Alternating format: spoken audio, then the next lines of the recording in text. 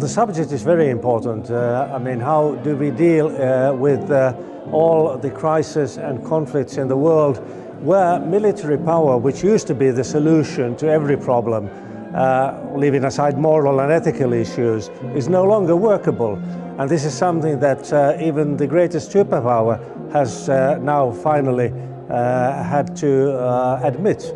So soft power is about how do we manage all the crises in the world, which has to live together. Interdependence is a fact of life, whether we like it or not.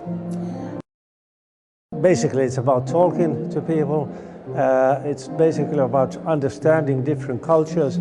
It's not really about cultural relativism, however, because I think there are certain items such as human rights to which we have all subscribed to and which you cannot deal with in a relative manner. There are some things which are not acceptable, but you cannot impose your own values.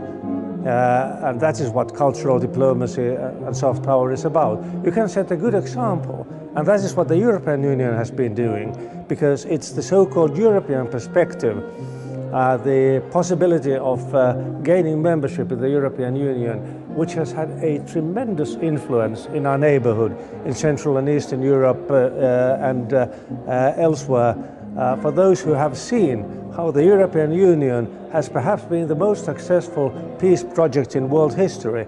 And every time the EU takes on board new members, it means that this area of peace and stability is also enlarged. And obviously, this is something which those people who have been subject to, even in the last years, to wars and atrocities, are very keen on achieving.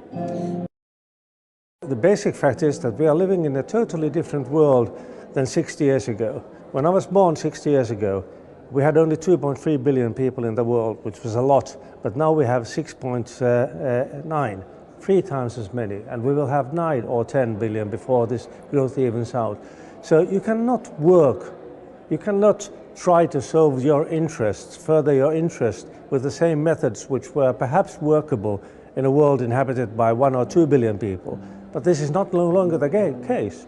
And all of the real threats to our security, such as climate change, cross-border crime, pandemics and so on, are issues which no one can deal with alone. We need multilateral cooperation with everyone taking their share of the responsibility. I mentioned the superpower. A superpower cannot deal with these issues unilaterally, but neither can you isolate yourself if you are a small state. You are also as dependent. So, like it or not, we have to live in a world and manage in a world where the rules of the game are different than they were in the so-called Westphalian world, where everyone was sovereign and more or less thought it could do what it liked. This is no longer the case. We are also approaching a world, because of migration, in which every country, sooner or later, will be multicultural and multi-religious. So it's not only an issue of how you deal with different religions between countries, but it's also within every country. They have an easier time of understanding it than those who have grown up in a world where hard power was the thing to use and strive for.